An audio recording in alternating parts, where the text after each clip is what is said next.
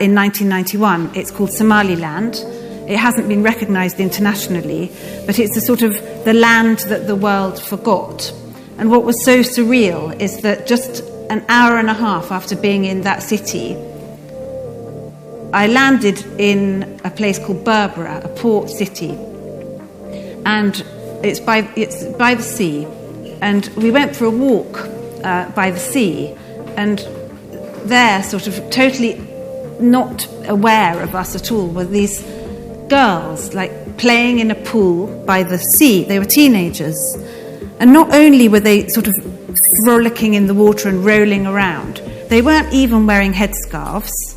I could see their bare legs. They were just tumbling around in the water, and I was just like, I've just been in a city where women have to even cover their hands and their feet. In fact, one friend of mine had thick black socks on in Mogadishu, and she was told they're not thick enough.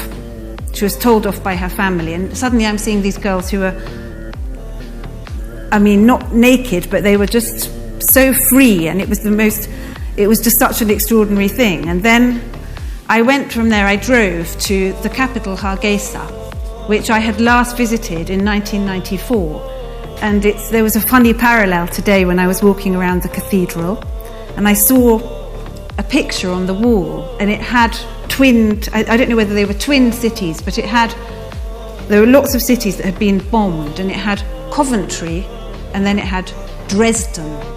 And I just thought to myself, Hargeisa in Somaliland was known as the Dresden of Africa, because there was not, when I first visited that city in 1994, there was not one roof left.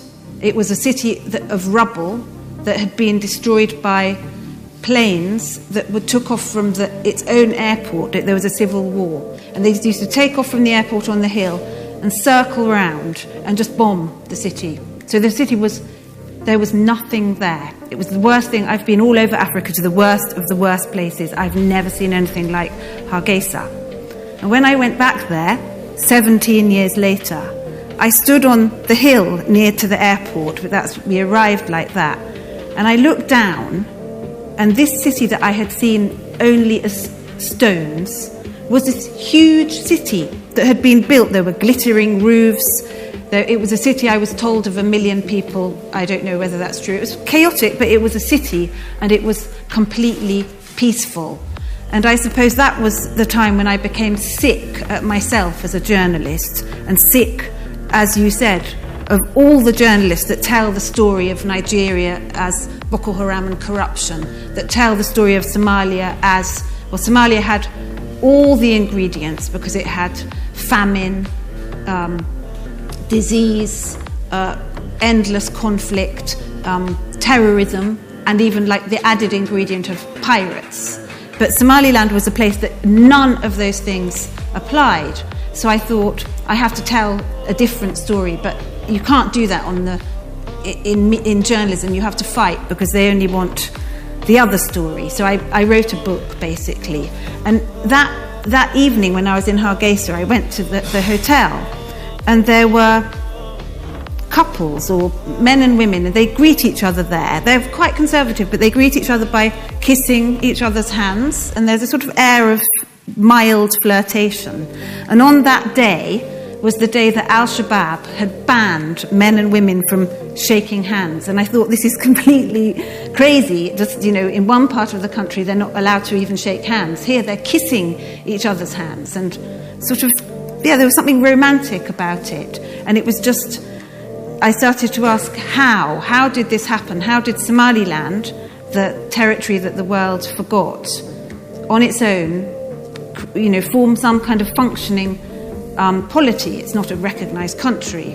And it did that because Somaliland was sort of left to its own devices, and the Somalis came amongst themselves, and they fought for a while, and then they spoke for years, and they had endless conferences, and they sort of developed a hybrid system of Somali clan politics, which they mixed with a more Western-style democracy. And Somaliland now has incredibly competitive elections. I think it's the most sort of free and fair democracy in not only the Horn of Africa, but the East Africa. You look at Kenya, places like that. the opposition can't win because they cheat. In Somaliland, the opposition wins, even if it's by a matter of 20 or 30 votes.